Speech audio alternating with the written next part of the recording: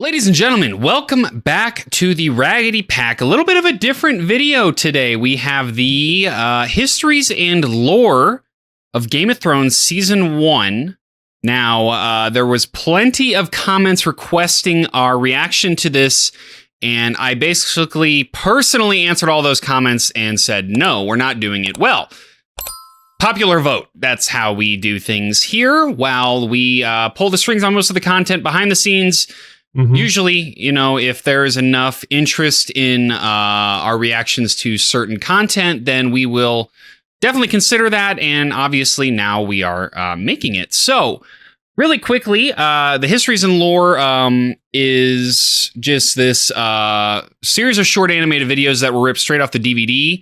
They're available on the Thrones Insider YouTube account. So check him out, subscribe to him, support him. We are all in one big pan here as content creators. And so we just wrapped up recording season 2, episode 10, about 10 minutes ago.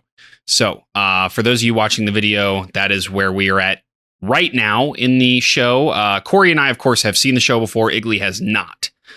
So this is all foreign to Igley. I imagine some of it will be foreign to you, Corey, but given I don't touch grass, I will be interested to see how much I don't know.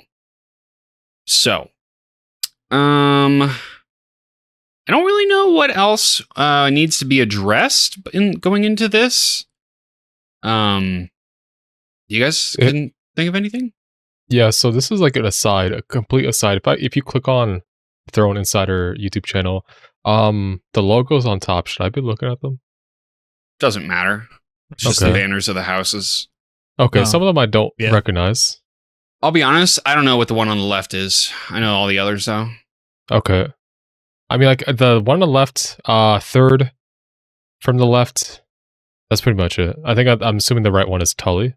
The third from the left, you can probably guess. Look at it upside down. I'm opening this up in Paint right now. Hold up. What animal does it look like? I'm trying to. Oh, it's a kraken. It's like an octopus. Okay, that's a Greyjoys. Okay. Yeah, wow. There you go. I was kind of disappointed you just didn't start doing a handstand. I'm sorry. Yeah, I don't know what you expected of me. I can do many things, but a handstand is not one of them. Training for it though. We'll work on it. I genuinely don't know who this. I'm gonna look this up. Maybe. Isn't it great? Like, that's a drowned god, or like? No, you're right. No, he's talking about the far left, the bird. Oh, far left, ravens, stone crows. Maybe it's Night's Watch. Maybe it's no. They're like the Night's Watch have it of them.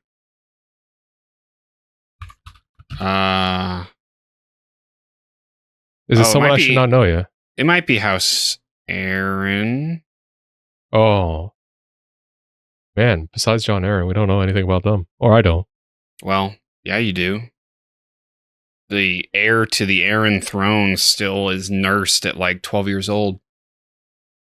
Oh, yeah, true. I forgot about that. Okay.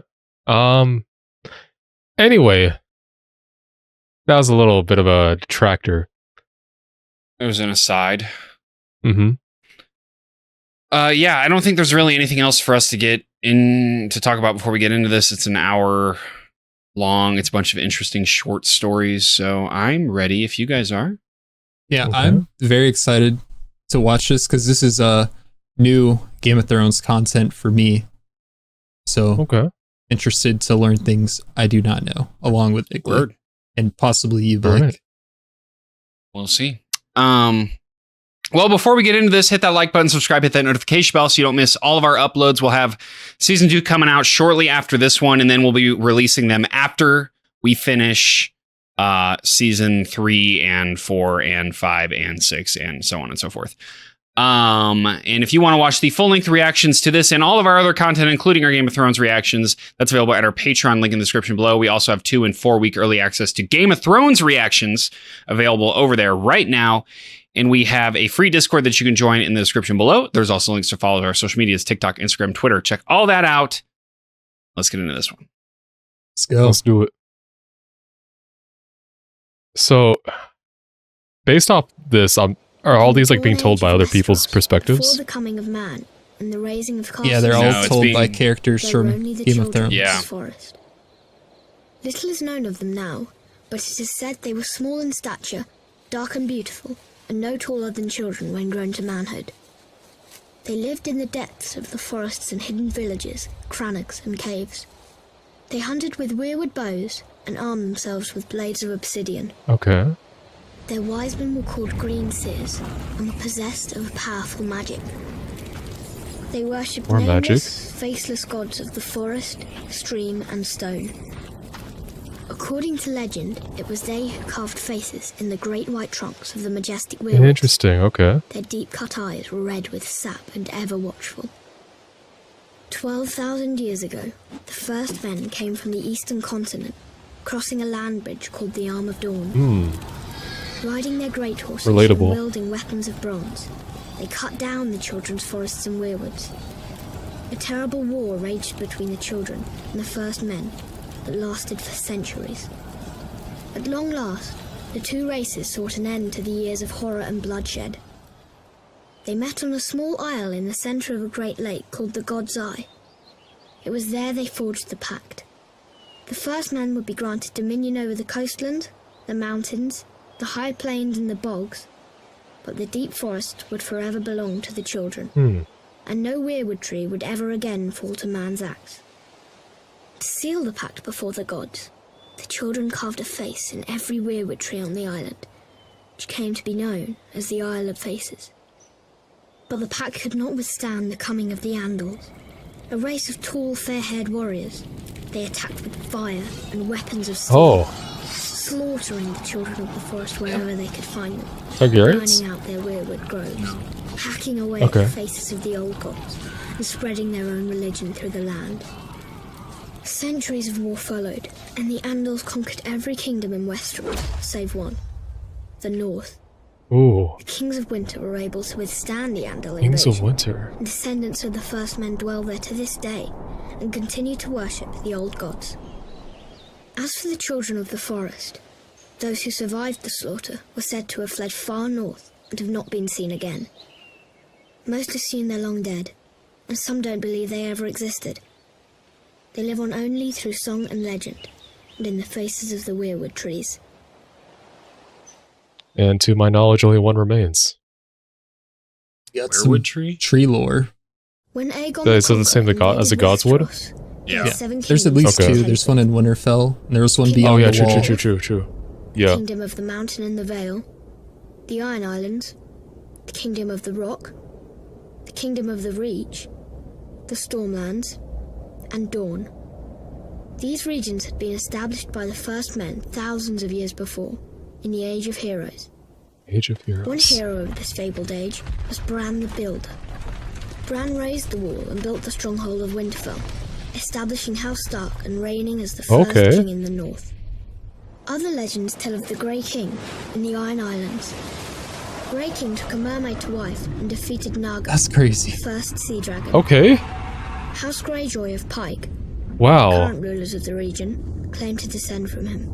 That's some crazy story. House Casterly ruled the gold-rich Westerlands from their mighty seat, Casterly Rock, okay.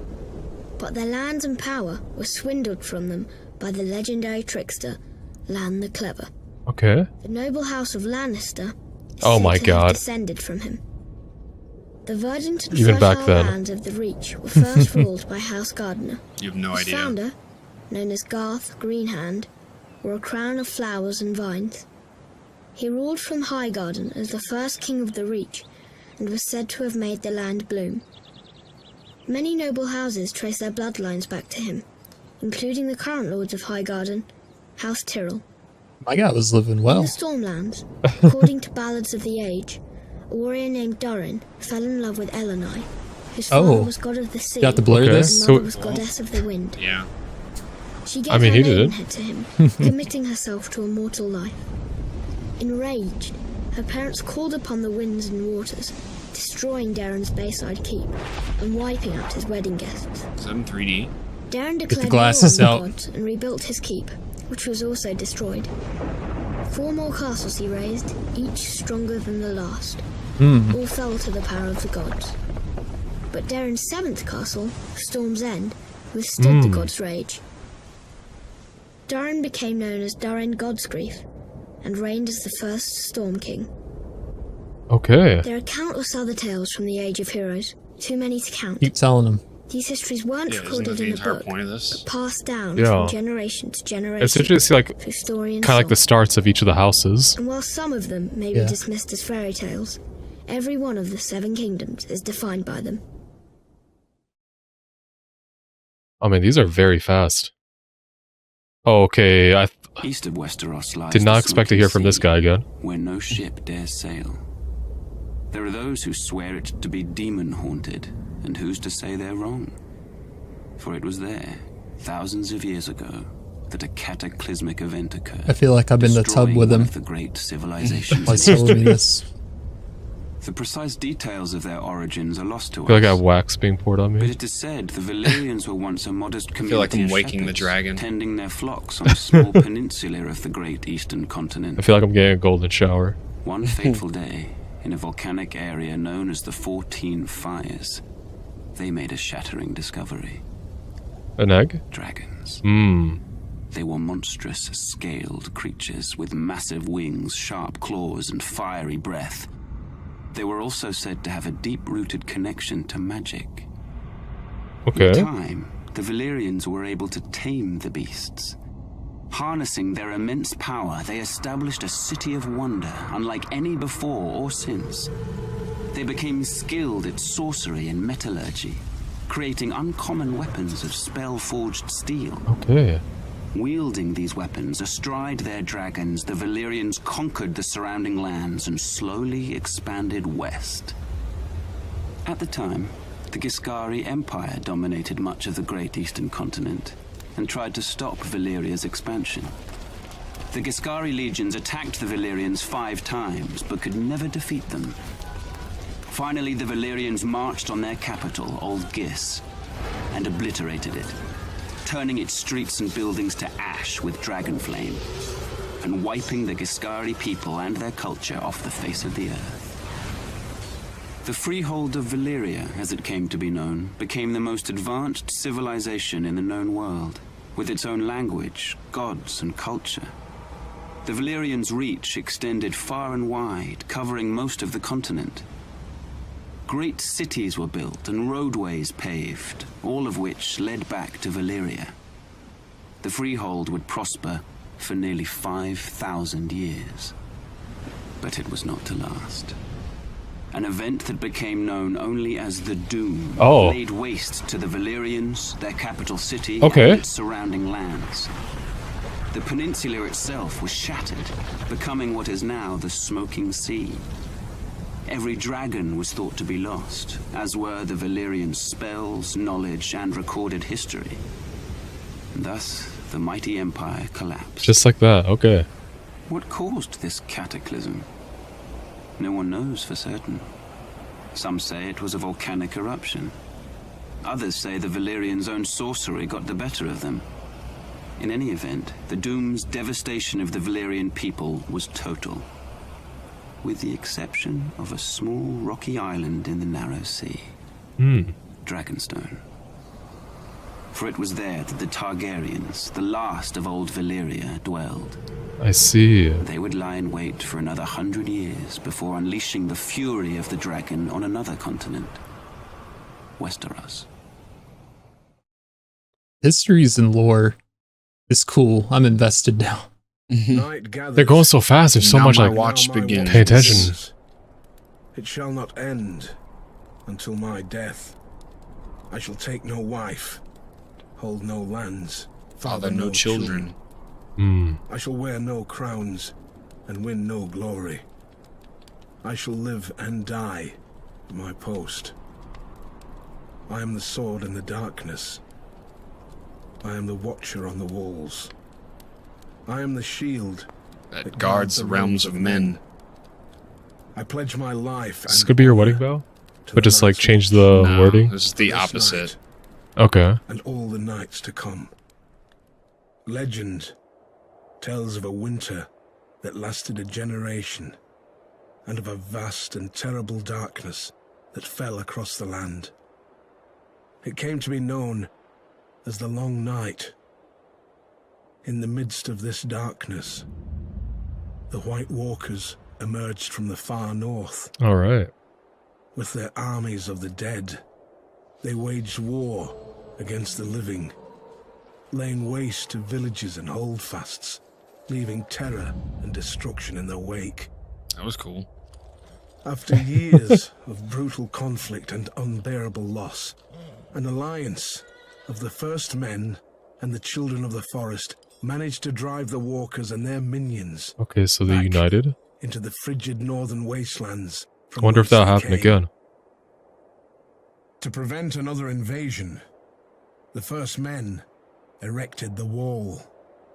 A massive fortification. Good engineering on them. Feet in height, stretching Don't know how they did it. Frostfang Mountains in the west to the Bay of Seals in the east. It was a structure unlike any ever built.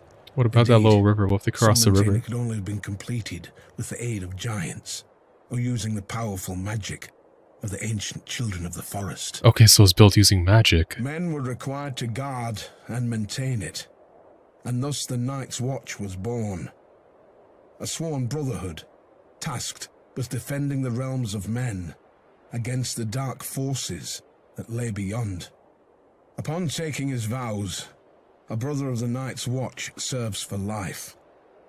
It is a life of hardship and great sacrifice, so the oath must not be taken lightly. The punishment for desertion is death. The Night's Watch is divided into three vital branches. The Rangers, the Builders, and the Stewards. All important. While and noble. Black Brothers are expected to take up steel should the need arise, the Rangers are the true warriors of the Watch. Centuries come and gone, and although the White Walkers have yet to return, another threat has emerged.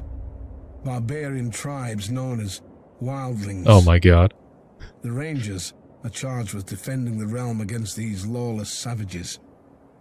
The Builders are carpenters, masons, miners, and woodsmen, tasked with maintaining the wall, as well as its various keeps, towers, and structures, which have fallen into disrepair over the years. The Stewards serve as cooks, butchers, and hunters. They tend to the There is horses honor and messenger in being a ravens, steward. sew clothing, gather firewood, and bring supplies up from the south. And empty the chamber Watch pots. is a diverse group.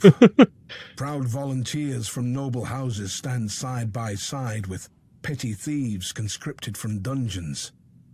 Class distinctions are left behind, as are past misdeeds.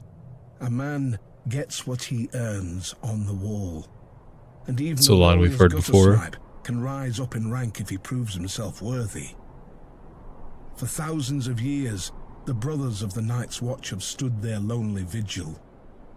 As the seasons changed, as brutal wars raged in the south, as dynasties rose and fell, the Night's Watch endured.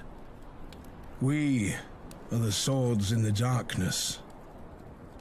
We are the watchers on the wall.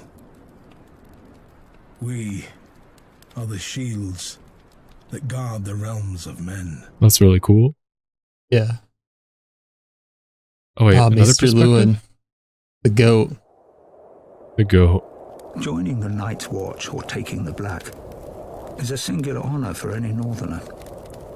For it was in the north, some 8,000 years ago, that the first man drove back the White Walkers, erected the wall, and established the sworn brotherhood that would guard the realm and its people from the dangers beyond. Regrettably, the Night's Watch no longer commands the widespread respect and admiration it once did. Unfortunate. While House Stark and other houses in the northern regions continue to recognize its vital importance to the safety and stability of the realm, this view is not shared by the powerful houses of the southern kingdoms or their subjects. All I'm saying is I've never seen a Most Lannister on regard that the wall. Watchers as misguided Besides obstacles Tyrion. or made Why? up of useless outcasts. Admittedly, the current Night's Watch is a shadow of its former glory. Their numbers have dwindled to less than 1,000.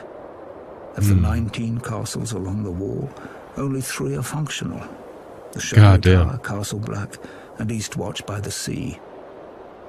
And the Watch's mandate of adding to the wall has been abandoned entirely. There are barely enough resources to maintain it. That's going to be a problem. Recruiting officers, known as Wandering Crows, scour the dungeons and slums of the realm in hope of finding men to fill the ranks. While there is still the occasional highborn volunteer, the newest recruits are almost entirely made up of lowly criminals. Thieves, rapists, and murderers, sentenced to the wall as punishment for their crimes. Imagine stealing some bread and getting sent to the wall for life. As the danger it guards against is all too real, while the White Walkers haven't been seen nor heard from in ages, and may very well be the stuff of myth. Barbarian tribes that dwell beyond the wall, known as wildlings, have been a menace to the North and its people for generations. At certain points in history, the disparate wildling tribes have united behind a single leader, a king beyond the wall, and attempted large-scale attacks against the realm. But thanks to the resourceful and courageous men of the Night's Watch, these so-called kings were soundly defeated. While many have lost faith in the Night's Watch, the people of the North are steadfast in their belief that the Black Brothers will answer the call of duty. Call of Duty? But with winter coming, diminished numbers, and a lack of widespread support, will they be ready? I don't think so. Oh my god, 3 perspectives. What's Tywin's perspective on it going to be? Long ago in the wintry north, Legacy. an army of Is all that demons matters. emerged from beneath the icy ground and spread darkness and despair across the land. Astride their monstrous spiders, flanked by giants, they wreaked havoc on the innocent, slaughtering thousands. All hope was lost until the fearless warriors of the first Night's Watch drove them back into the wintry mountains and built a magic wall to keep them from ever invading again. These stalwart brothers in black continue to protect us even to this day from the evils that lurk in the shadows. An absurd lie. A fairy tale spun by many a wet nurse in the north. To be sure, a giant wall does exist. The triumph of engineering, perhaps, but not of magic. Okay. As for the Night's Watch, doesn't believe. There may have been a time centuries ago when there was prestige and honor in the miserable monastic life of a Black Brother. But now, the wall has become a glorified penal colony, full of outcasts, criminals, and assorted ne'er-do-wells. Today, a typical man of the Night's Watch most likely started out a lowly beggar, or a rapist, or a village idiot.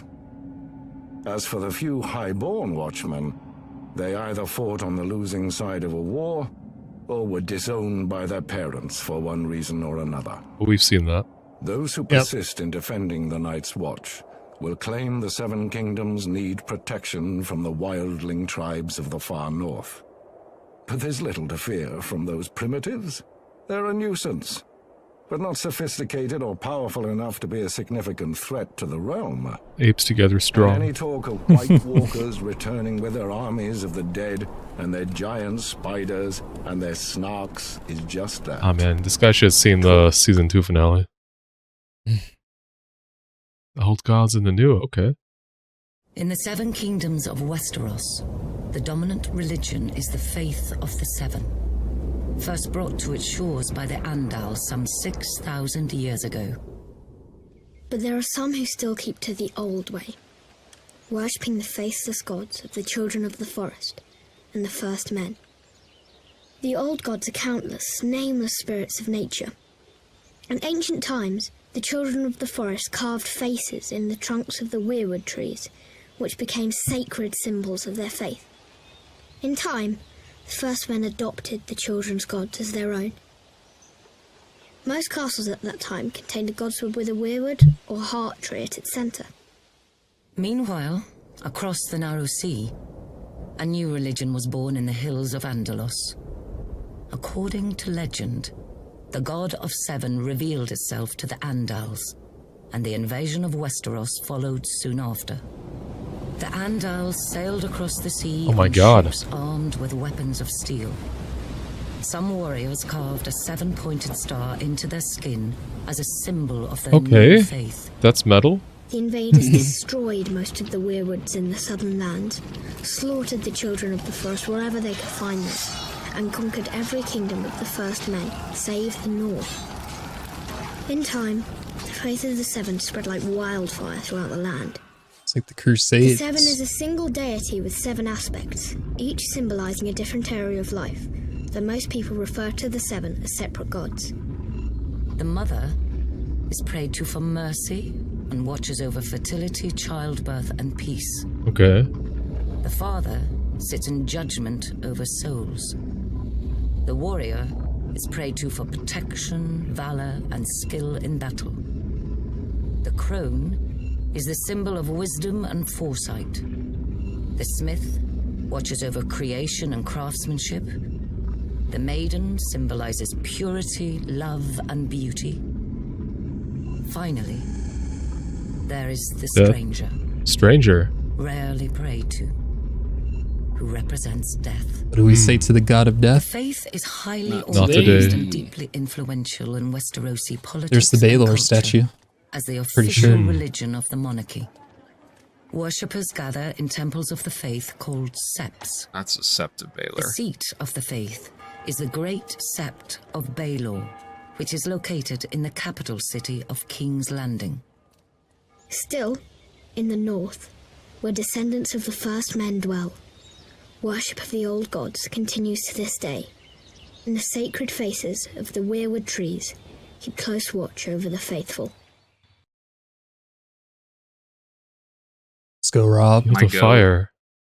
The ascension of Aegon Targaryen was confirmed, and the fate of the Seven Kingdoms sealed on the Field of Fire. Kings Loren Lannister of the Rock and Mern Gardner of the Reach stood against Aegon's invasion. They commanded a united force of 600 banners, 5,000 mounted knights, and 50,000 men-at-arms. God.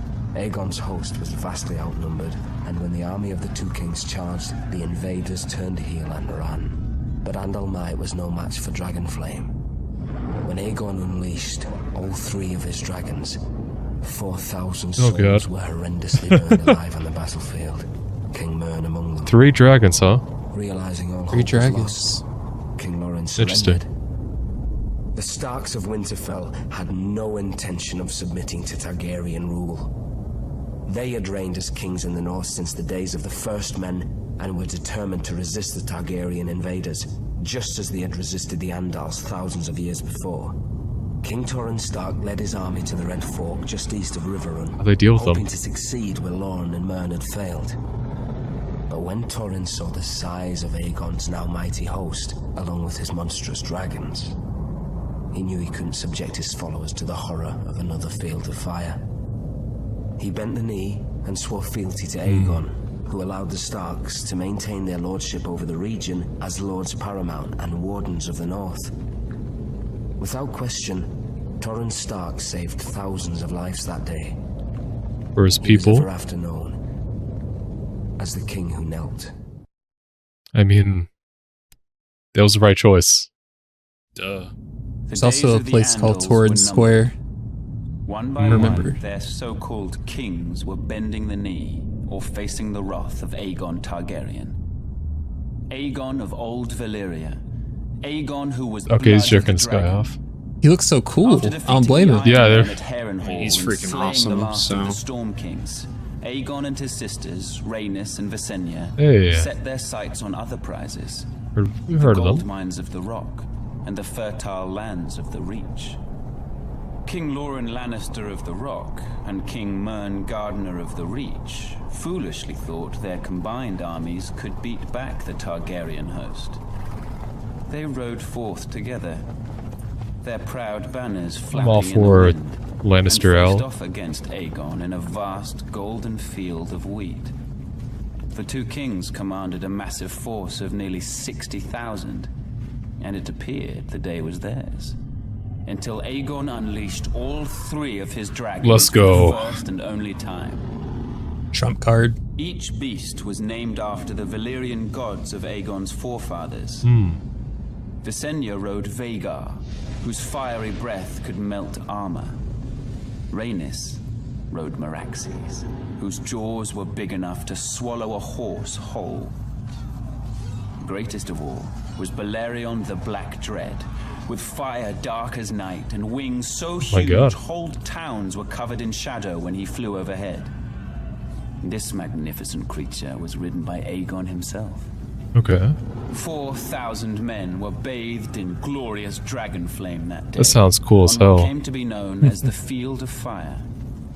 King Mern was among the dead, and House Gardener died with him.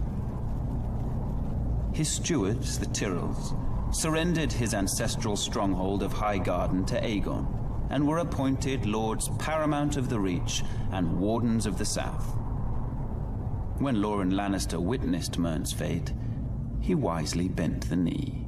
Coward. Aegon spared Loren's life, and the Lannisters were made Lords Paramount of the Westerlands and Wardens of the West. That was a mistake. After his triumph on the Field of Fire, Aegon's conquest was assured. If all he could see. In a short time, the so-called 7 kingdoms were melted down in the heat of the dragon's flame and transformed into a single realm. Aegon would forever be known as Aegon the Conqueror. Interesting. What a guy. Order of Maesters. In the far southwest of Westeros, at the mouth of the river Honeywine, lies the great stone city of Old Town. It is home to the Citadel, where men and boys from throughout the kingdoms come to receive their training as maesters. Maesters play an integral role in Westerosi society, serving as scholars, healers, and advisors to the nobility of the 7 kingdoms.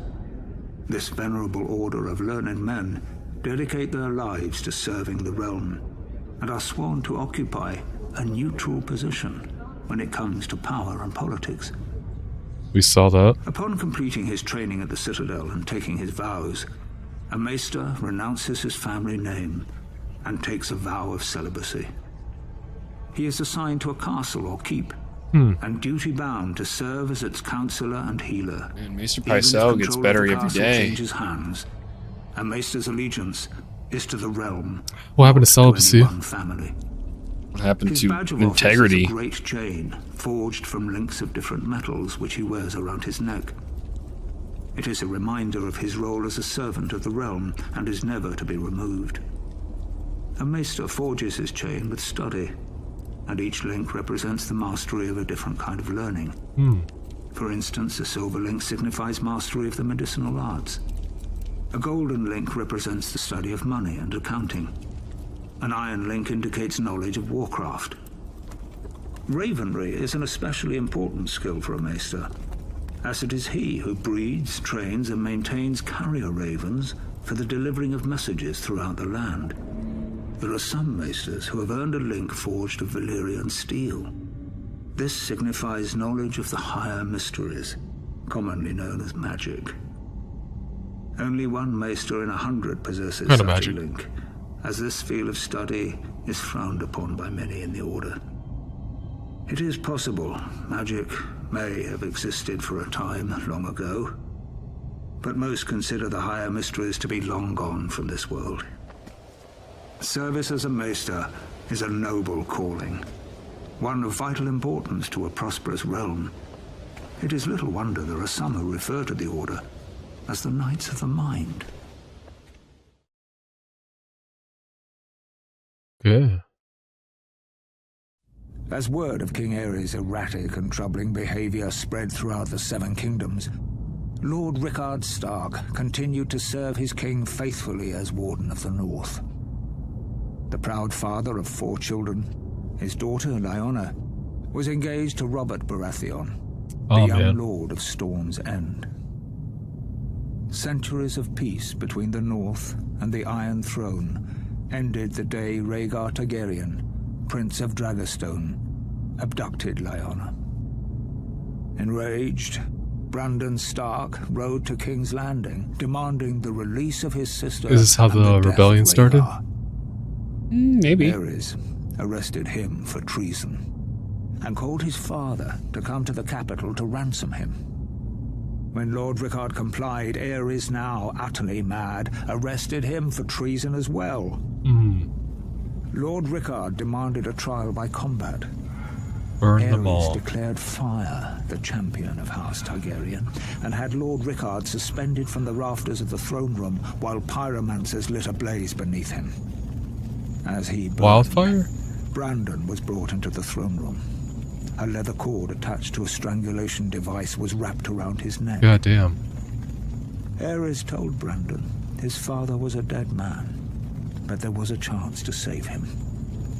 A longsword was placed on the floor just out of Brandon's reach, and the more he struggled to reach it, the more the cord tightened around his throat.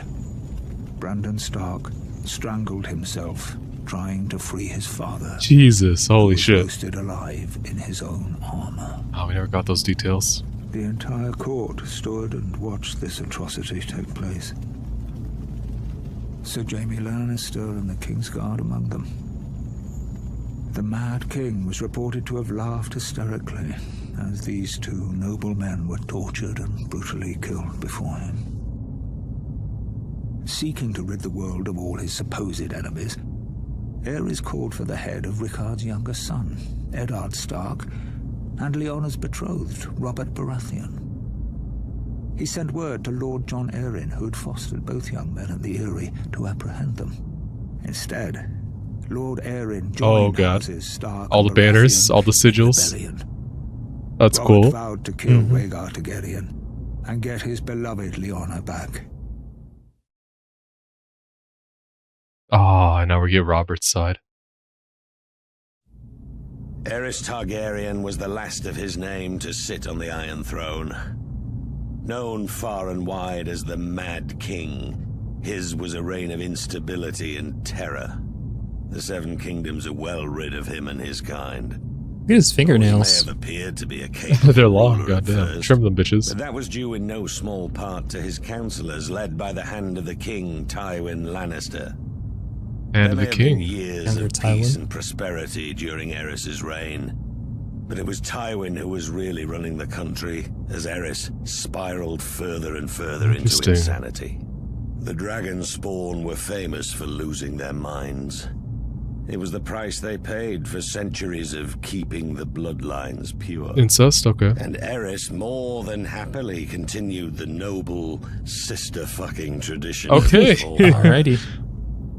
As the years passed, Aerys's behavior became increasingly erratic. He cut himself so often on his Iron Throne, many referred to him as King Scab, though never to his face. It was rumored he had developed an obsession with wildfire, and was known to inflict horrific punishments on those he considered enemies. Guess it was wildfire. Including burning them alive. Damn. As his paranoia and bloodlust grew, he had a bitter falling out with Lord Tywin, who had served the crown faithfully for 20 years. At least Tywin was able to leave the job with his life and fortunes intact. Lucky. Subsequent hands of King Aerys weren't so fortunate. Then the Targaryens went too far. The Crown Prince Rhaegar abducted Lyanna Stark, daughter of Rickard Stark, the Lord of Winterfell. She was my betrothed. She was my beloved. Beautiful and spirited woman, and I loved her more than life itself. God damn. Rhaegar went south with Lyanna, hiding her away in Dorne. What harm he inflicted on the poor girl, the gods only know. Brandon Stark, Lyanna's eldest brother, was outraged. He rode to King's Landing to confront the king and demand his sister's safe return. Instead, Aerys had him executed, his father, Rickard Stark, as well. There wasn't much left to discuss after that. Is it the first time I've sneezed on recording? Aerys feared their loved ones would seek revenge for what he did. He was right to be afraid. Aerys wasted no time in calling for the heads of Brandon's younger brother, my friend Eddard Stark. My friend. And my head too, of course. I'm sorry he didn't come looking for it himself. Alongside John Arryn of the Vale, the man who fostered Ned and I as children, Baratheons, Starks, and Tullys all called their banners. Once our rebellion began, the Mad King's days were numbered. Nice. Oh, okay, Tywin's perspective. As Aerys Targaryen's behavior grew more and more erratic, the task of ruling the Seven Kingdoms fell to me, Tywin Lannister. It's really cool to see like the different perspectives on it, because it's a complicated matter. And as a result, I agree. The realm had prospered. The royal coffers were full, the land was at peace. But Aerys grew increasingly hostile, jealous of the success many credited to me. My power and influence unnerved him.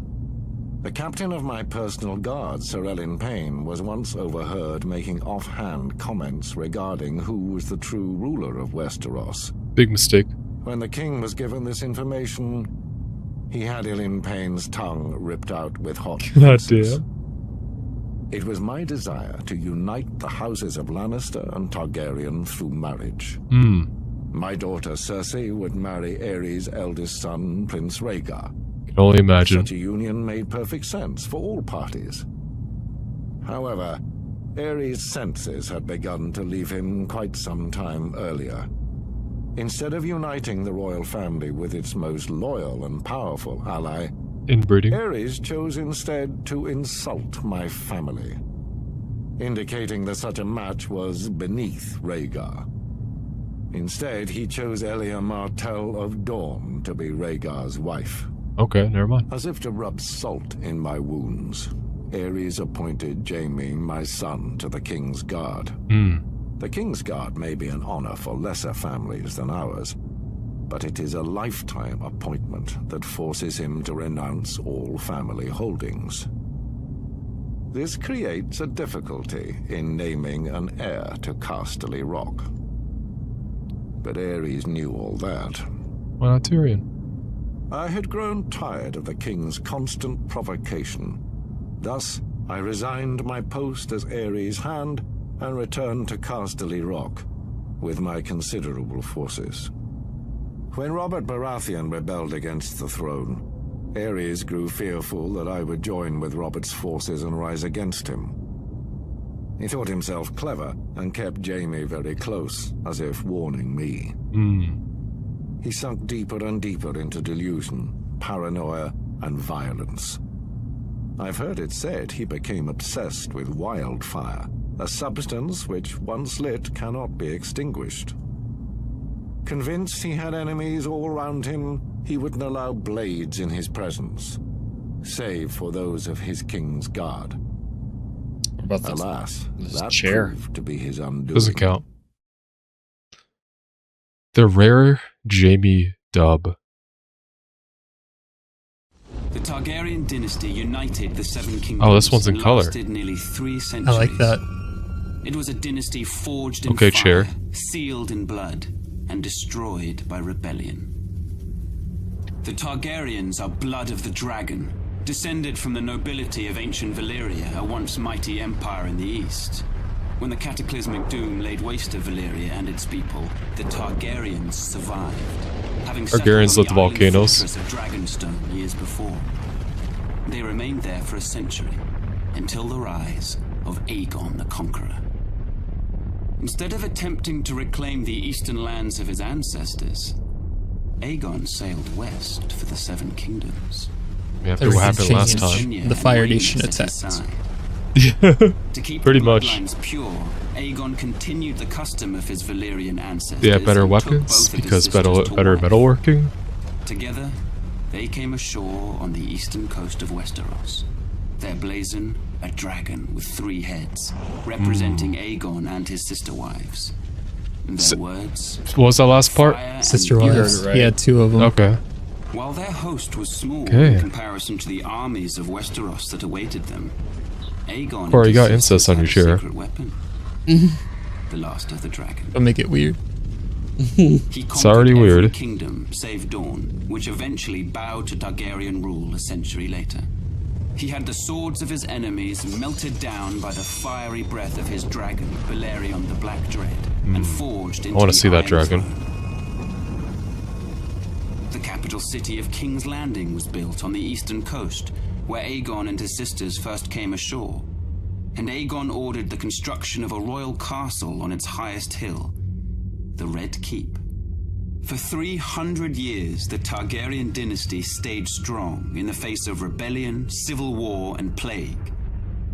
But the line of Dragon Kings was broken when my father, Aerys Targaryen, the second of his name, was overthrown in rebellion. My father was betrayed and slaughtered by Ser Jaime Lannister, a member of his own Kingsguard. His son and heir, my brother Rhaegar, perished on the field of battle at the hands of Robert Baratheon, who claimed the Iron Throne for himself. Damn. And so today, the only surviving members of the storied Targaryen dynasty are myself, Prince Viserys, rightful King of the Andals, and ruler of the Seven Kingdoms, and my sister, Daenerys. There is another. We were spirited away to the free cities of the East by loyalists. Here we have lived in exile ever since, dreaming of a day when we will cross the narrow sea and take back my father's throne. To know about Aemon Targaryen at the wall. What a fool. They don't know. Robert's Rebellion by Robert Brown. But to tell us how he was going ham. Rebellion. On Bessie. The crimes of House Targaryen I'll be were bringing some too Bessie. heinous to go unanswered. The noble houses of Baratheon, Stark, and Arryn united to oppose and overthrow the line is the of bird the Aaron? Dragon Kings. Yeah. That's what I was thinking. While Ned Stark But it and doesn't look Arryn the same. secured an Well, it's like alliance if you turn on its with side and get the Tully's crescent Riverrun, moon out of it. I called the banners of Storm's End and rode out in force against the Mad King and his minions. Gods, those were some battles. Our first victory occurred at Summerhall, where I faced off against an army of dragon loyalists and won 3 battles in a single day. What a guy. 3 in one day. Let himself go. 7 hells, that was a glorious day. We tried to take Ashford Castle in the Reach, but the Tyrells beat us back. Tyrells. We had to regroup. My army was pursued north by Aerys's army. There's a really and took detailed refuge video in the about Stony this. Sept in the Riverlands. When the Targaryen army That's really entered the interesting town, the Sept bells about tolled, specifically the Robert's a signal Rebellion. to the townspeople of the battle that was to come.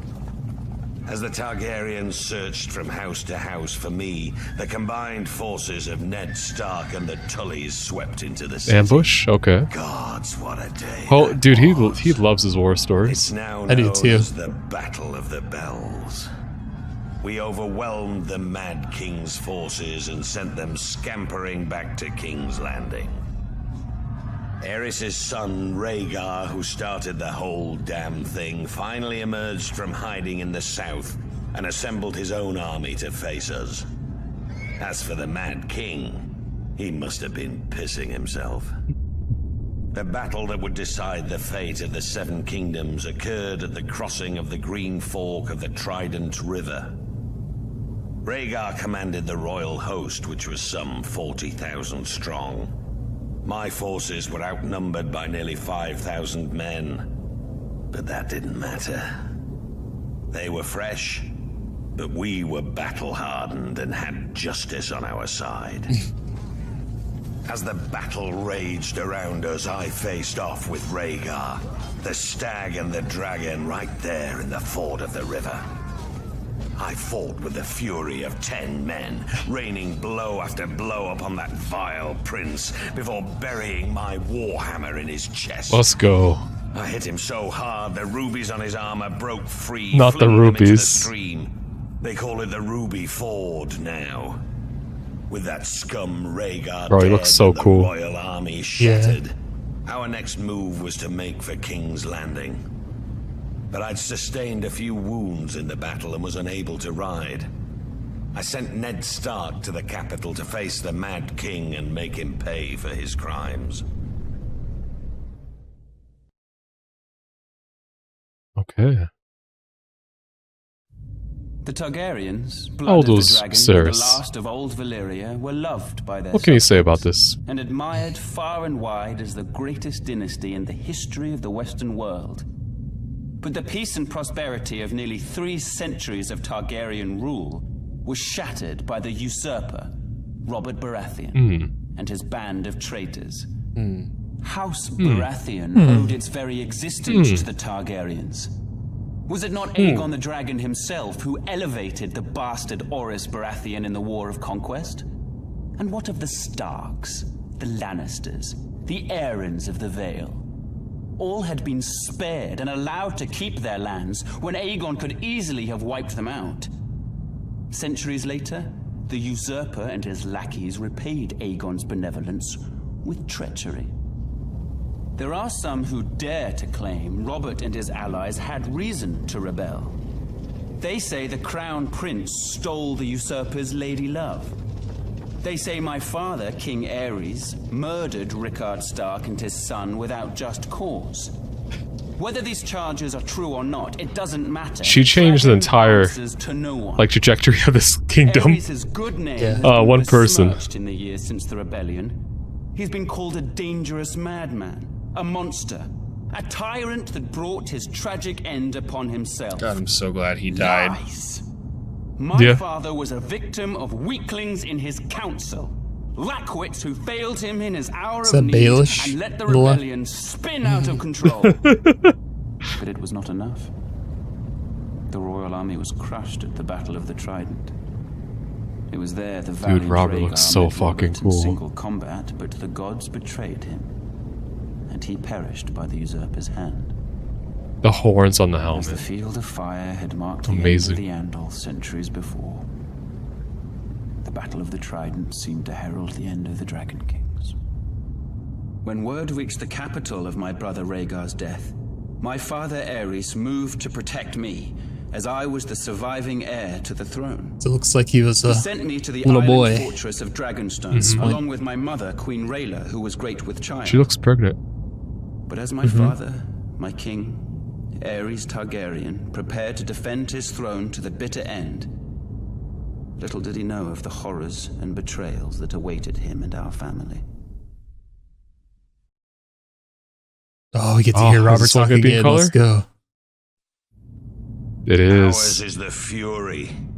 These are the words of the Black Stag of Baratheon.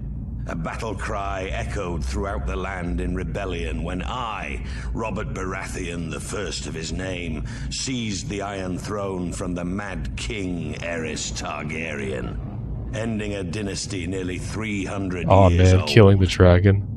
House Baratheon was born in the Wars of Conquest, when Aegon the Dragon invaded Westeros. Aegon sent his commander, Orys Baratheon, to take Storm's End. Argilac the Arrogant, the last of the Storm Kings, foolishly left the safety of his stronghold and met the Baratheon warlord in open battle.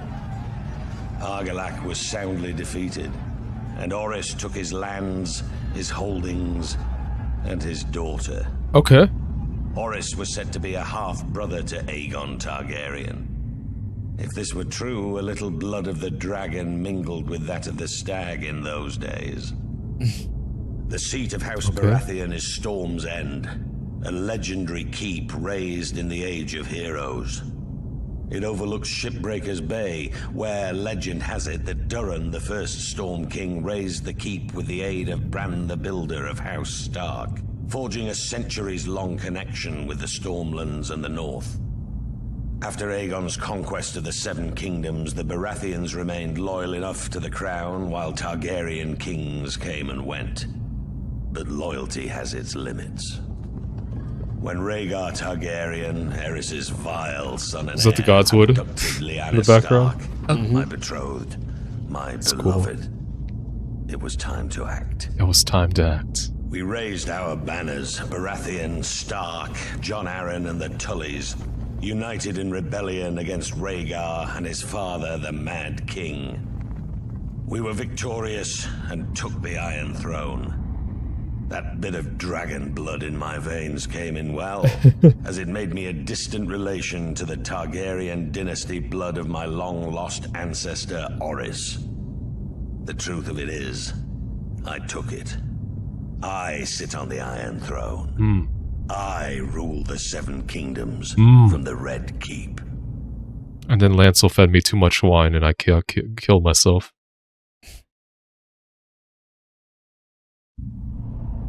Robert Baratheon's victory at the Trident was a turning point in the war for the Iron Throne.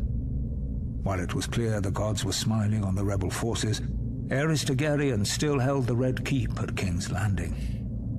As Robert was wounded and unable to ride, it was up to Eddard Stark to make for the capital and force the Mad King to give up the throne.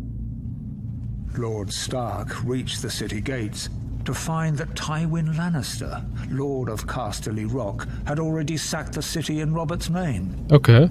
House Lannister had remained neutral up to this point, ignoring requests for help from both the Crown and the rebels. Okay, but they want some glory. Now that Robert's eventual victory was assured, it seemed Lord Tywin had finally chosen a side. Cowards. Okay, I understand. Lord Eddard was horrified by what he saw when he entered the city. Homes looted and burned, women raped, scores of innocent citizens killed. Disgusted, he led his force up Visenya's hill to the Red Keep. Upon entering the throne room, he found King Aerys lying in a pool of blood, dead by the hand of his own sworn King's Guard, Jaime Lannister. And he's just chilling on the throne. Brazenly upon the throne. Demanding to know the whereabouts of Queen Rhaela, Lord Eddard was informed the Queen and her son Viserys had been spirited away to Dragonstone before the Lannisters arrived. But other members of the royal family were not as fortunate.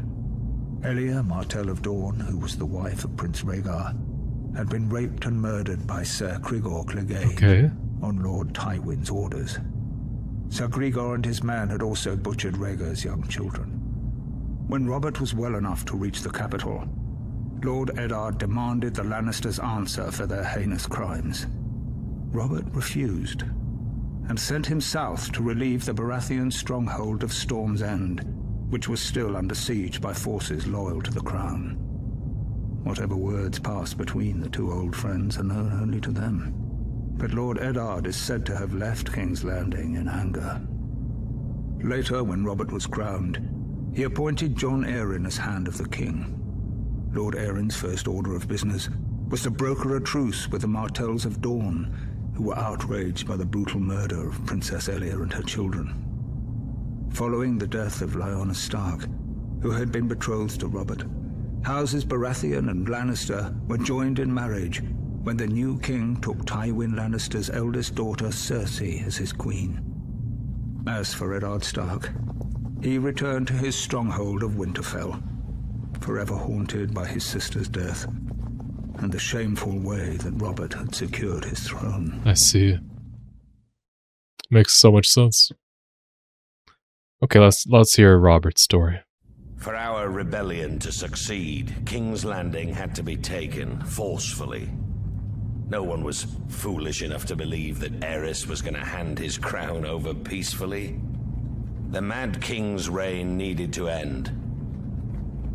What Tywin Lannister's forces did was unfortunate, but it was necessary to secure the Iron Throne and bring peace and justice to the Seven Kingdoms. That's one way to look at it. My glorious victory at the Trident left me wounded. Stroke that ego, Robert. My personal maester to attend to Sir Barristan Selmy instead. His wounds were more severe. Even though Sir Barristan was a member of Aerys's Kingsguard and fought on the opposing side, that man's bravery and loyalty was something to behold. That's cool. But this meant my wounds would take longer to heal, and I couldn't ride to King's Landing myself. What a shame. I sent the one man I trusted over anyone else in this world, Ned Stark, in my place. Had I been able to ride, perhaps I could have reached King's Landing sooner and prevented some of the violence that occurred when the Lannisters entered the city. Yeah, Lannisters kind of took it too far. What Tywin did was for the greater good. The greater good? Okay. Even what happened to Princess Elia and her children. Babies or no, theirs was the same cursed blood that flowed within the Mad King's veins. They were dragon spawn and couldn't be allowed to survive. What would they grow to be? Loyal subjects. Ned with his damn not so different from Joffrey. He and I had our first major fight over the deaths of the Targaryen children. Ned called it murder. Murder. It was war. Okay. It was war. Yeah, it's murder. Lord Stark demanded that the Lannisters be held responsible for their crimes. Was it a crime to put an end to a family of lunatics born of incest? I wouldn't and still won't blame Tywin. Instead, I sent Ned Stark south to finish off the remaining Targaryen loyalists. It was only Lyanna Stark's death that reconciled us. Ned had lost his sister. I had lost my betrothed and beloved. We shared that sad bond together, Ned and I. Through it, our friendship was made strong again. As for the Mad King's surviving heirs, those that were able to scurry away in the face of my fury now live somewhere across the narrow sea. They had best stay there. If they ever set foot in Westeros again, they will face the King's justice. Okay. Let's see this story. Yeah, I was going to explain his BS. The rape and pillaging was justified. Shattered and in retreat. The days of the Dragon Kings were clearly numbered. Until that moment, it would have been foolish to commit Casterly Rock to either the Crown or the Rebellion.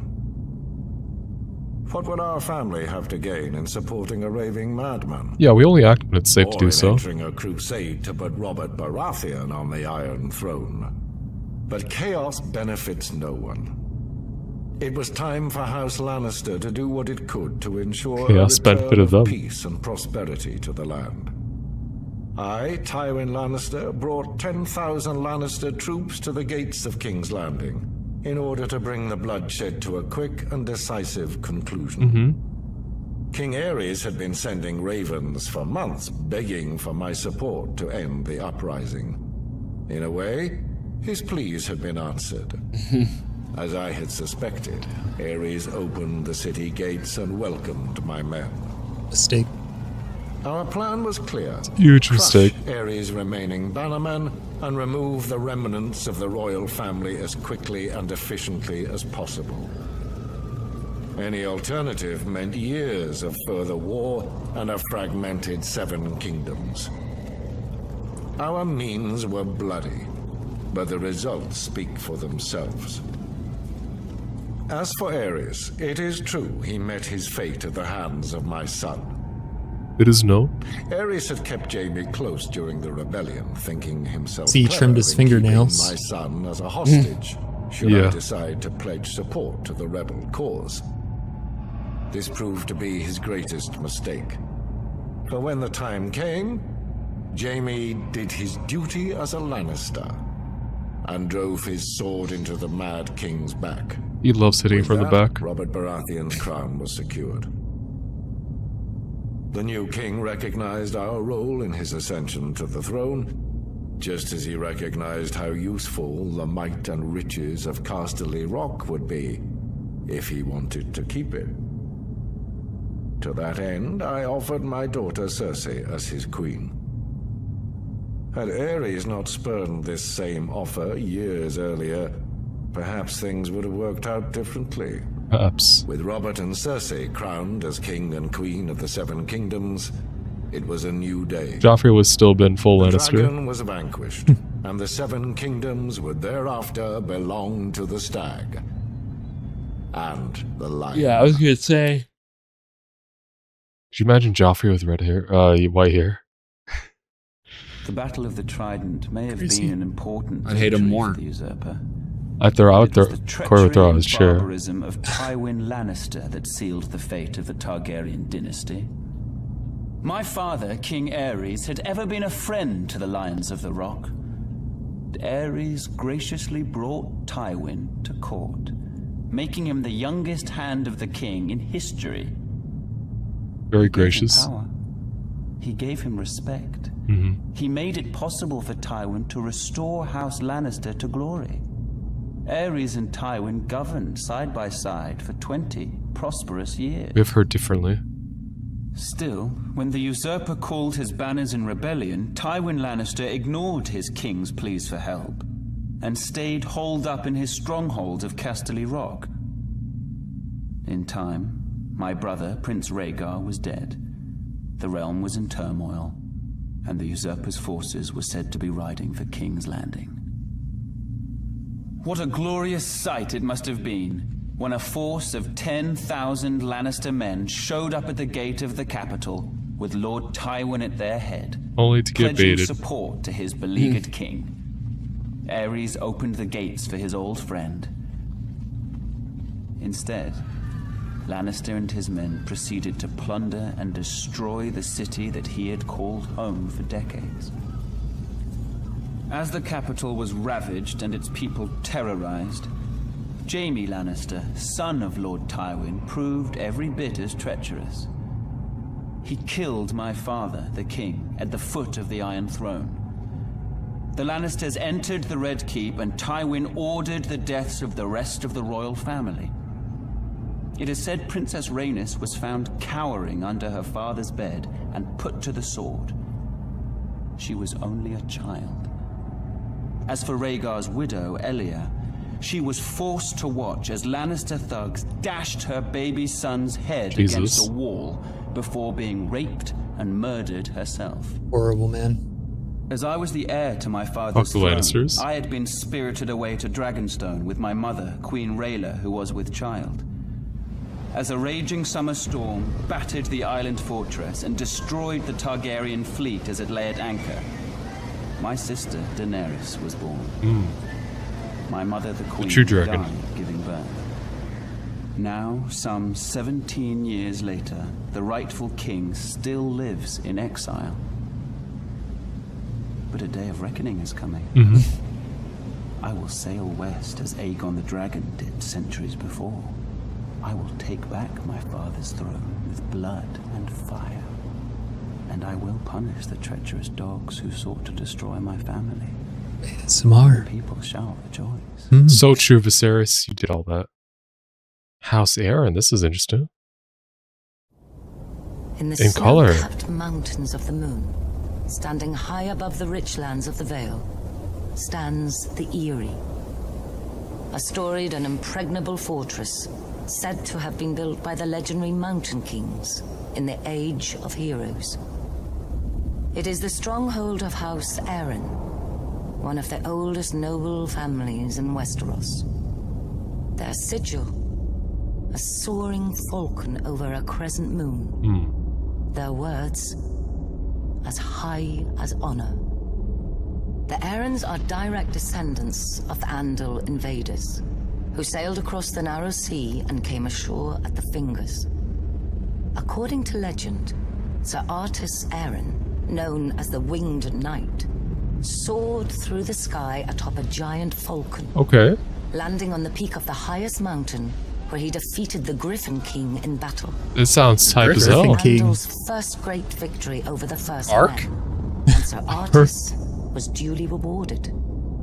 He was declared King of the Mountain and the Vale, and the region was renamed the Vale of Aaron. Thousands of years later, Aegon the Conqueror arrived in Westeros. House Aaron bent the knee to Aegon and his dragons. Unfortunately, and were allowed a to dragon is maintain the much control of fiercer the than a region falcon. as lords paramount of the Vale and wardens of the East. Over the centuries, House Aaron remained loyal to the Targaryen dynasty until Lord Jon All the Arryn animals. joined with houses Baratheon and Stark. The stag, in man. rebellion against Yeah, Looks derpy. he's happy to be there. Upon winning the Iron Throne, Robert named Lord Jon Hand of the King, a position he held until his mysterious death. Very mysterious. Here we go. On the far western coast of the continent, high atop a rocky promontory overlooking the Sunset Sea, sits Casterly Rock, ancestral seat of House Lannister. Below it lies Lannisport, one of the great cities of Westeros, a center for trade, culture, and the great Lannister fleet. There are a number of gold and silver mines in the Westerlands, making it the richest region in all of Westeros. One of the most productive mines lies beneath Casterly Rock itself, making House Lannister the wealthiest of all the noble houses. This allows House Lannister to finance many endeavors of other noble houses. Even the king himself has sought credit from Casterly Rock from time to time. We Lannisters claim our descent from the Andal invaders, and through the female bloodline, Lann the Clever. According to the legend, Lann, using only his wits, won Casterly Rock from the noble House of Casterly during the Age of Heroes. Okay. The Lannisters reigned as kings of the Rock for thousands of years, and worked to make it the envy of the rest of the Seven Kingdoms. Our time as kings ended, however, when Aegon Targaryen, otherwise known as Aegon the Conqueror, arrived in Westeros with his army. The last king of the Rock, King Lorin Lannister, joined forces with King Mern Gardener, the king of the Reach.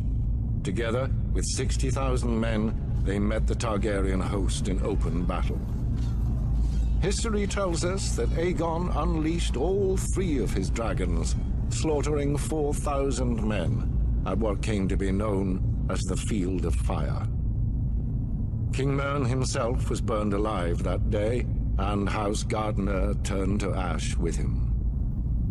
Seeing both the threat and opportunity the Targaryens represented, Lorin wisely surrendered and aided Aegon in his further conquest of Westeros. The Lannisters were thus appointed Lords Paramount of the Westerlands and Wardens of the West, titles we hold to this day. Let us be clear, though. It is neither luck nor royal favor that makes our house prosperous.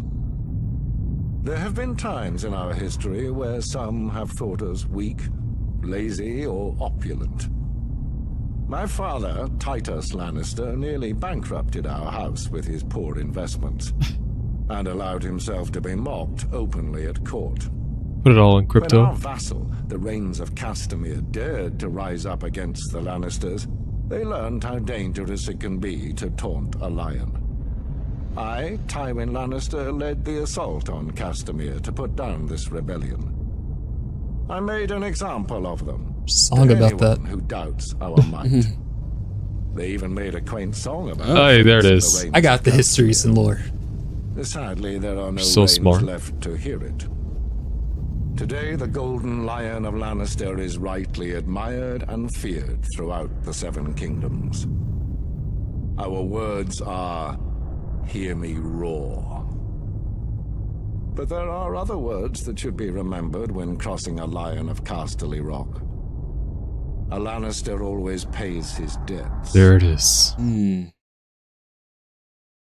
House Stark. Oh, Brandon. The brothers. The Starks of Winterfell trace their descent to the first men in the Age of Heroes. The family's founder was Brandon the Builder, who, in the aftermath of the Long Night, helped establish the Night's Watch. Legend has it he enlisted the aid of giants and the powerful magic of the children of the forest to raise the mighty wall, which has protected the realm for generations. He went on to build the ancestral seat of Winterfell and reigned as the first king in the north. The Starks reigned as kings for thousands of years, even withstanding the invasion of the Andals. As the southern kingdoms fell and the children of the forest were driven away, the north stood strong, maintaining its religious customs and its way of life. Eventually, the reign of the Kings of Winter came to an end with the coming of Aegon the Conqueror. After Aegon and his dragons destroyed the combined armies of the Reach and the Rock at the Field of Fire, King Torrhen Stark bent the knee and swore fealty to the Targaryen dynasty in order to spare the destruction of Winterfell and his people. He was forever after known as the King Who Knelt. As a reward for his submission, Aegon named Torrhen Lord of Winterfell and Warden of the North. The Starks take great pride in their history and traditions. It is one of the few noble houses that still keeps the old gods. A sacred weirwood tree looms large in Winterfell's godswood. Its ancestral sword, Ice, was forged in ancient Valyria and has been passed down through the generations. House Stark remains steadfast in its support of the Night's Watch, even as the once illustrious order has fallen on hard times. Much like their sigil, the Grey Direwolf, House Stark is the stuff of legend in the north and throughout the Seven Kingdoms. And their family words, "Winter is coming," serve as a reminder of their beginnings in the wake of the long night, and a grim portent of things to come. That's really cool. Best one. That's it. Oh, they went to play season 2. Close my eyes, close my eyes, close my eyes, close my eyes. Okay. Whew, that was a long one. How you holding up, Blake? I'm ready for bed. Blake is ready to go to bed. Outro us, no, JK. That's a lot of information. A lot of it passed by pretty fast, but I took some notes of stuff that interested me. I think the biggest thing is, I think like I had a lot of questions regarding like Robert's Rebellion back when we were watching season 1. Yeah. And like wanting to hear more of that.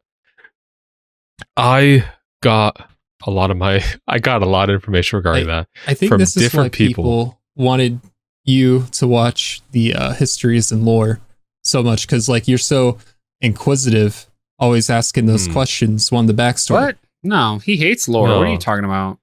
Well, apparently you hate lore, according to Blake. But it's according to him. Apparently, I don't hate lore. You hate lore, according to you. I didn't go into playing Dark Souls to learn about the lore of Lordran and Gwyn. I just played the game, fought some big dudes, and then boom, I'm down the fucking rabbit hole watching videos on who these people are. Anyway, back on track. I am glad I watched this as well, because there is a lot of that backstory I did not know.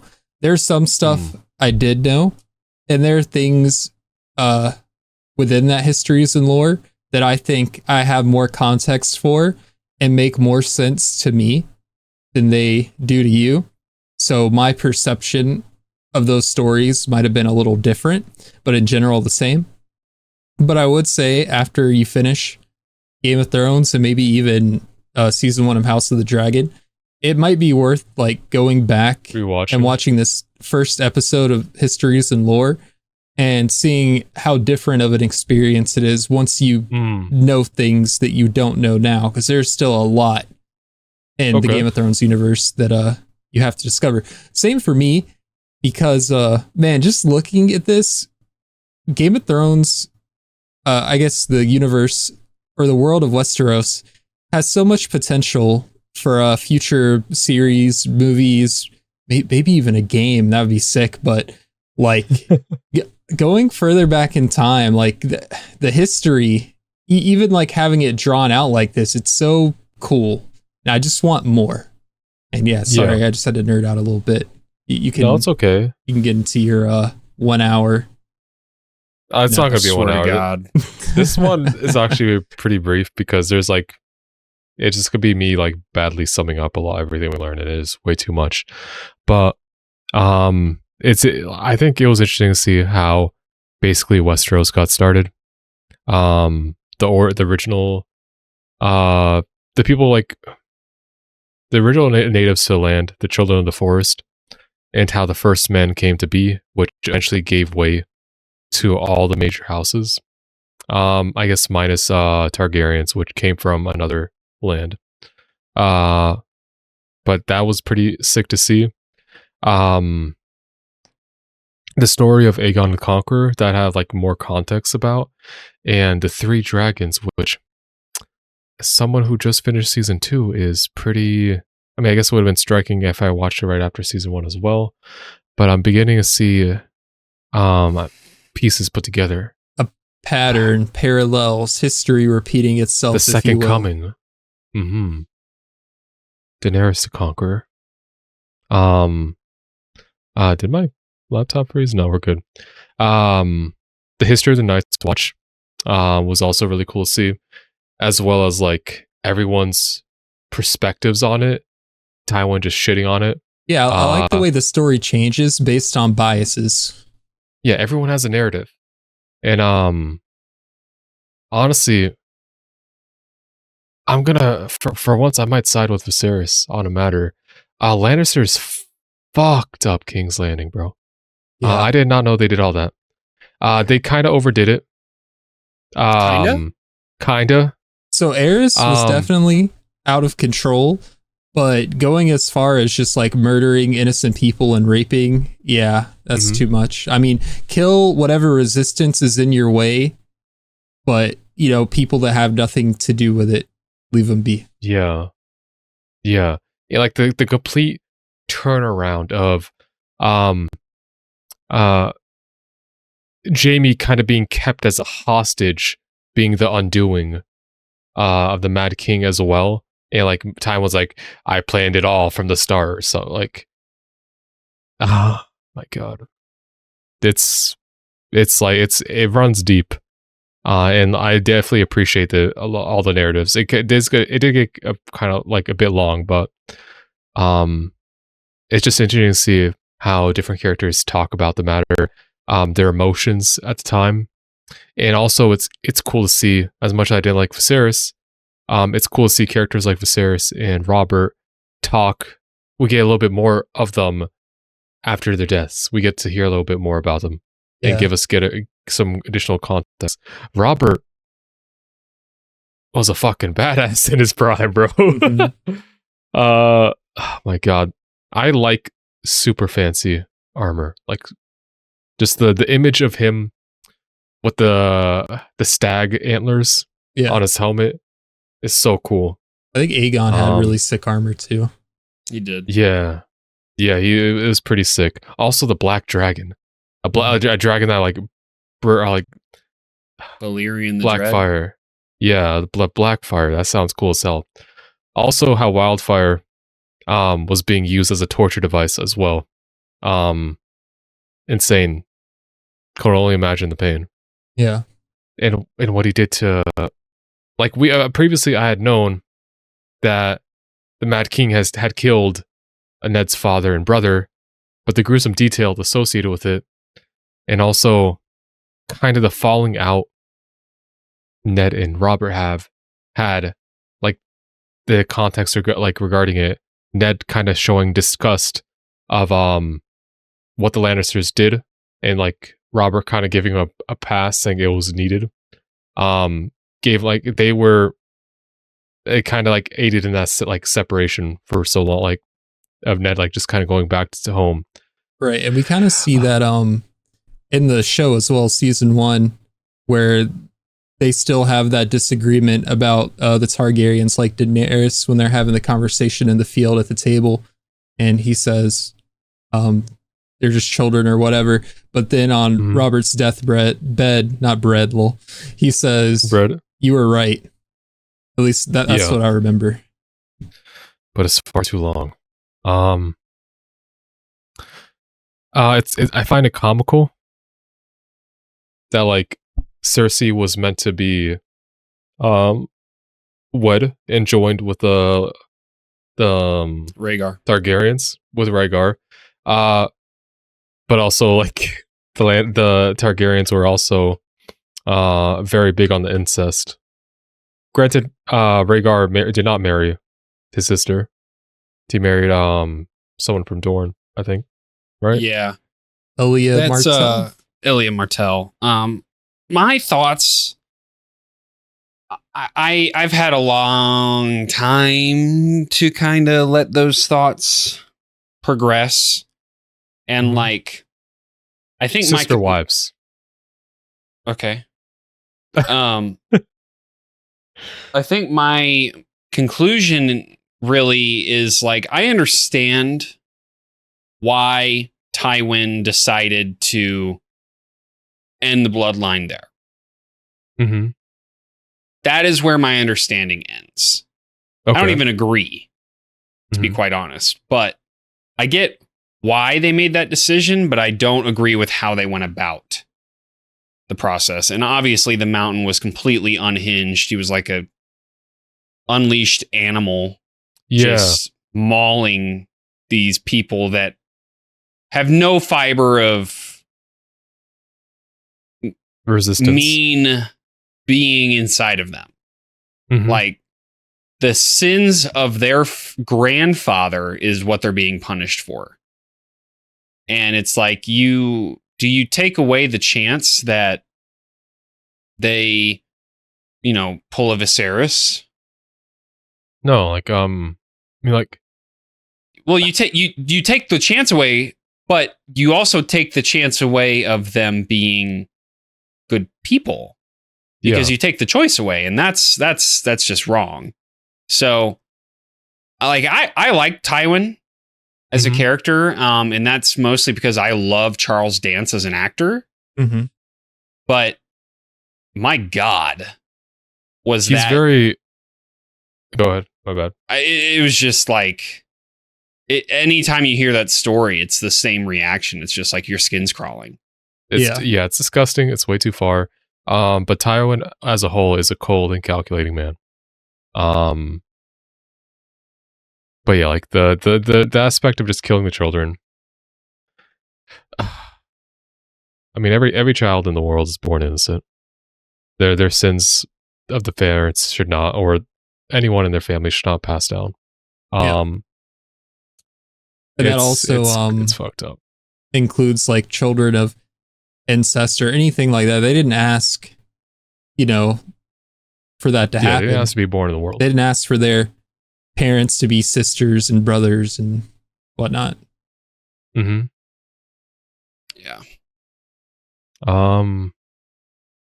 It was also interesting to see what the 7 actually are, because I had never known. Yeah. But seeing what each of the patron deities are like symbolize. Granted, they're more so titles. They weren't necessarily names. Well, then is Baelor one of the 7? No. So okay. I know you got the Stranger, the Smith, Father Smith, the Warrior, Crone, Mother, Maiden. Did you already say Mother? Mother, Maiden, Crone. I have them all written down. Mother, Father, Stranger. Warrior, Crone, Smith, Maiden, Stranger. That's all 7. But I was wondering, they're more so titles. They're not named gods, like Zeus. Yeah. They're just more so ideas. Mm-hmm. Mm-hmm. Mm-hmm. And the people who believed them were pretty crazy, and they made stars on their skin. Yeah. They were just that crazy about it. Seal of Orichalcos. Yeah, pretty much. But I mean, yeah, that was the main things I found interesting.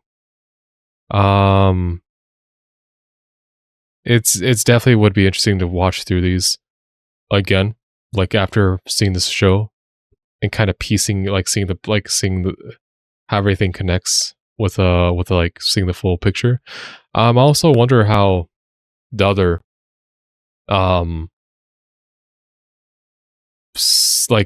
the other seasons, histories and lore videos will what they'll talk about, because I guess Robert's Rebellion and Aegon the Conqueror, when names dropped, and then it definitely went into detail here, as well as some details that are much smaller, like the Children of the Forest. But I'm definitely interested to see what they do with the rest of them. Yeah, because I feel like this kind of gave us all the history before season 1 of Game of Thrones. They caught us up to present day with Ned going back to Winterfell and Robert being king. There's a pretty big chunk still missing that I'm sure will be in season or in the second one. There's the Greyjoy Rebellion. That's what I imagine would be. I mean, you didn't get anything about the Tyrells, about the Martells, about. I mean, they barely touched on the Wild. There'll be a lot. Yeah, I'm wondering if they keep doing backstories in far history, or if they're also going to include things maybe that happened between season 1 and season 2 that we don't get to see. Yeah, I don't know. Like, I didn't know like the Greyjoy were that big of a name. I didn't like know they had mermaids. when they're like talking about the Age of Heroes. Granted, it's all stories. Some of it is like exaggerated, but I didn't know Greyjoys as a lineage were that like as strong as it was made out to seem. I guess at the current status of them is like they have the Iron Islands, but like they're not really like thriving. Yeah. They're in a piss poor state, kind of. Yeah. They have boats though, and they raid. Probably got but pretty yeah. good seafood. They also kind of named they name dropped something in like the House Stark section at the very end. Ancestral sword? Ice? Yeah, it's the sword that Ned uses to behead the Night's Is that what it Watchman at is? the beginning, yeah. Okay. Interesting. Good swords have names. I thought it was gonna be like a ice imbued ice magic sword. Ice Well, you've been enchantment. playing too much Elden Ring. Well, you say that, but the White Walker at the end of season 2 had an ice sword. What do you want me to say about that? He's got a point. White Walker, man. Okay. Also, something else like the wall being built. There was a lot of like anecdotes of how the wall was built. Mm-hmm. Some say magic. There is also the draw like the idea of giants building the walls. But that was pretty cool to hear about. And also just the Night's Watch in general. The Night's Watch in general. Yeah, we got a lot of Night's Watch lore at the beginning. Yeah.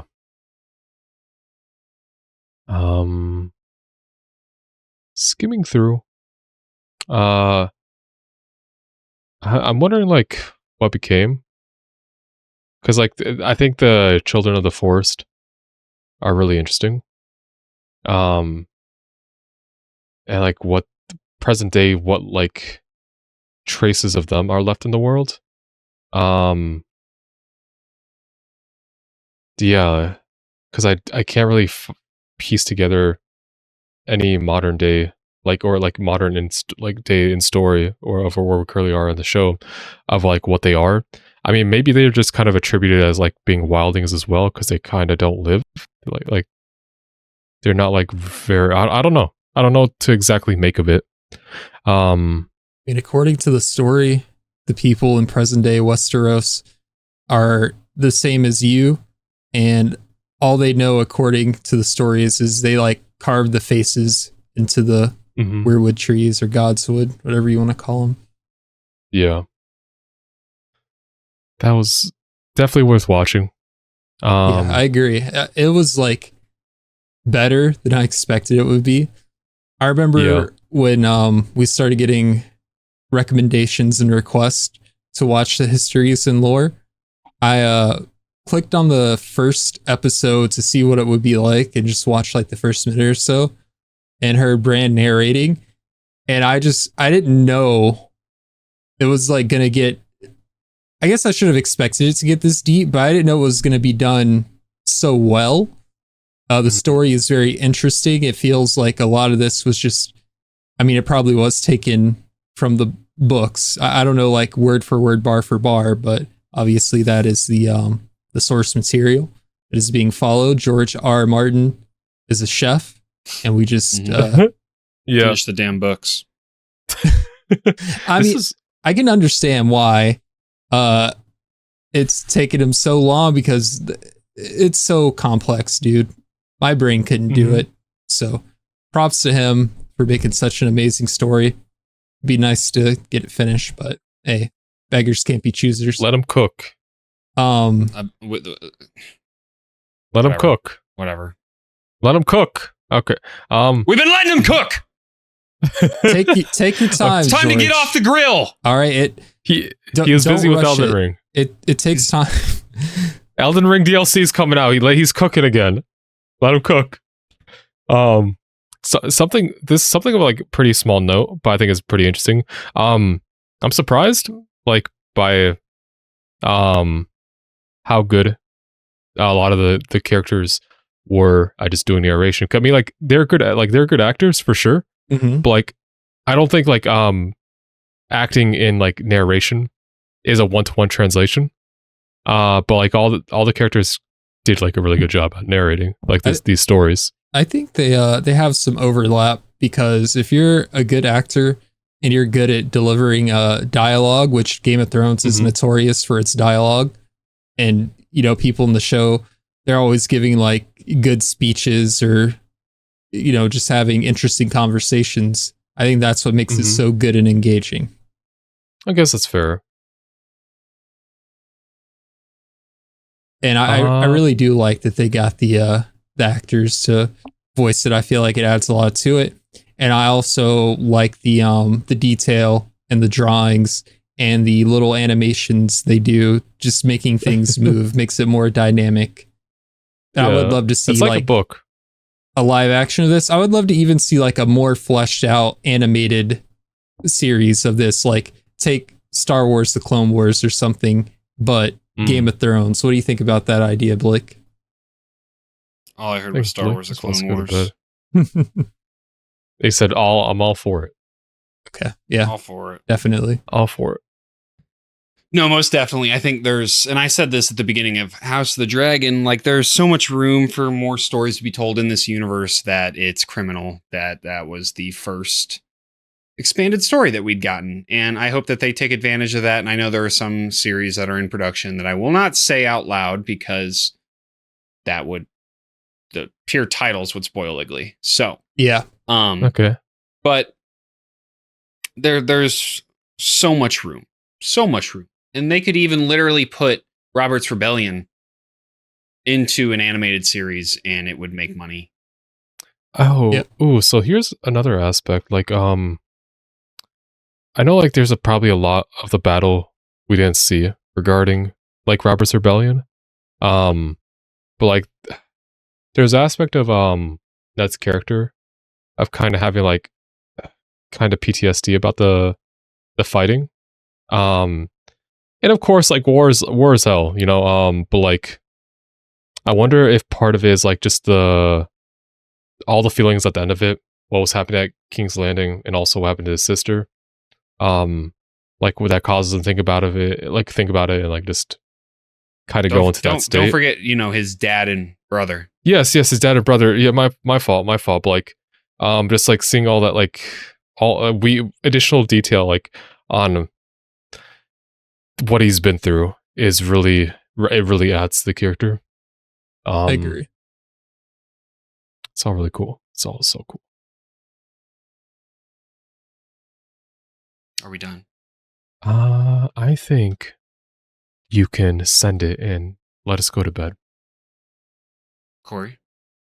Yeah, for context, for anyone watching this, we watched season 2, episode 10 before this, and that was like a 2-hour something recording session.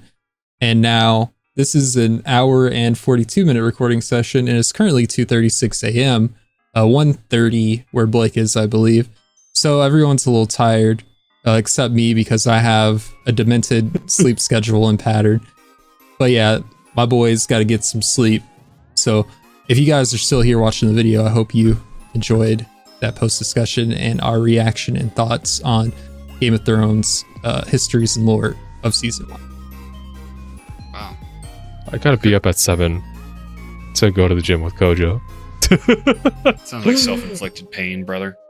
All right, hit that like button, subscribe, hit the notification bell if you enjoyed. Season 2s will be dropping relatively soon. We don't have an actual date for that, but you won't miss it if you hit that notification bell. True. We have full-length reactions and early access available on our Patreon right now for our regular Game of Thrones reactions up to 4 weeks. There's a 2 and a 4-week option. Make sure you select the right tier. We also have a link to join our free Discord with the link to Patreon in the description below and links to our social medias, TikTok, Instagram, Twitter. See you guys next time. See ya. See ya.